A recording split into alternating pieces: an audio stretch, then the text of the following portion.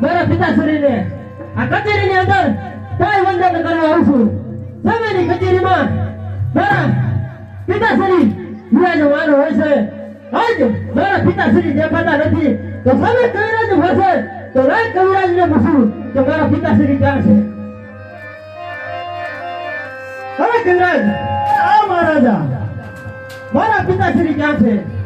અરે હમણાં આવે છે. તમે બે ઘડી આનંદ કરો અને કુસુમા પાણી પીવો. અરે નહીં કવિરાજ સાધુ બોલો મારા પિતાશ્રી ક્યાં છે? અરે નાના મહારાજ હમણાં જ આવે છે. તમે આરામ કરો બે ઘડી.